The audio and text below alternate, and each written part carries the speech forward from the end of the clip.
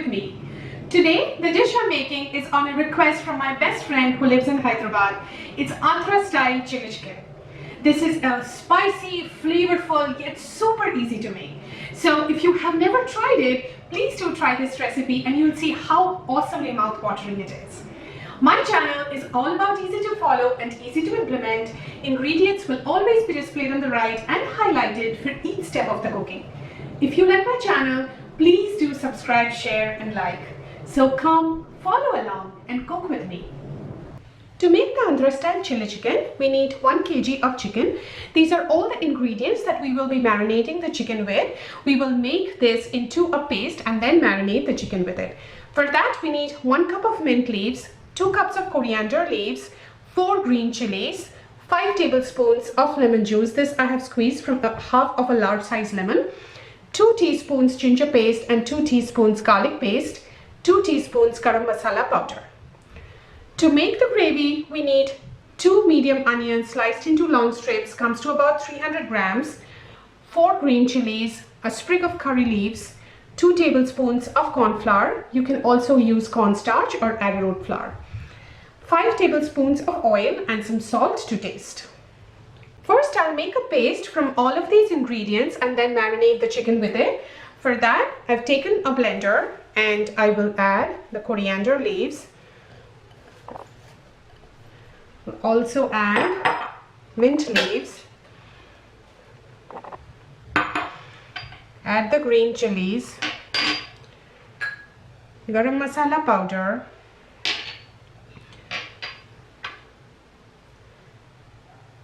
the lemon juice, the ginger garlic paste, and I will also add some salt to this. Now I will blend this into a paste and then marinate the chicken with the paste. I have made a paste from all of these ingredients. Now I will marinate the chicken with this paste.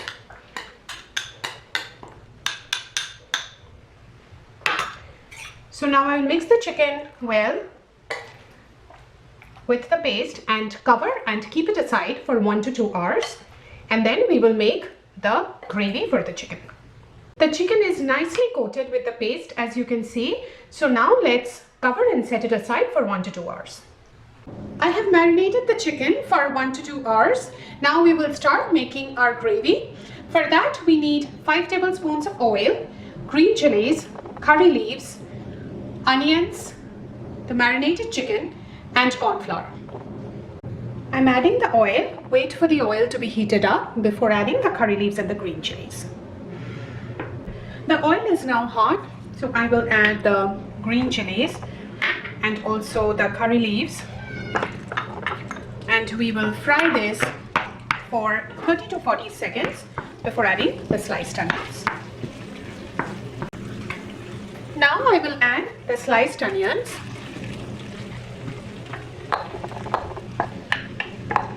and we will fry the onions till they become translucent or start changing color. For this recipe, we don't need to completely caramelize and make the onions light brown. Just when it becomes translucent is fine for this recipe. As you can see, the onions have now become translucent. So now what we will do is we will add the marinated chicken.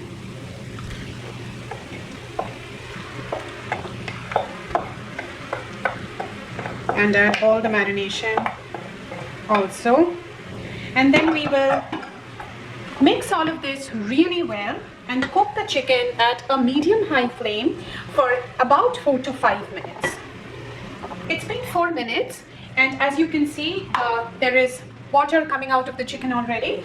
So next what we will do is we will add about half a cup of water and also add some salt as per taste. We also added salt as a part of our marination, so just be aware of the salt you're adding. And we will mix all of this well. And then what we will do is we will cover this with a lid and cook this on a medium flame till the chicken is completely done.